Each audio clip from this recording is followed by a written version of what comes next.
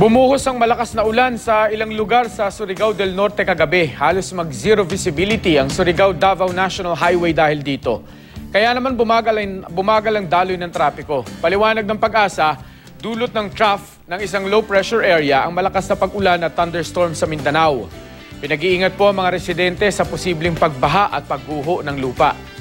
Sa datos ng Weather Central, magpapatuloy ang mga pag-ulan at makulimlim na papawirin bukas sa Mindanao, lalo na sa Zamboanga Peninsula at Caraga Region. Makararanas din ng katamtamang pag-ulan at maulap na langit ang Central at Eastern Visayas. May hinang pag-ulan naman ang inaasahan sa buong Luzon.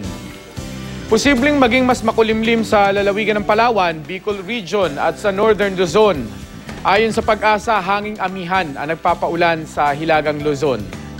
Para sa ibang update, bisitahin ang GMA Weather webpage, Twitter at Facebook page.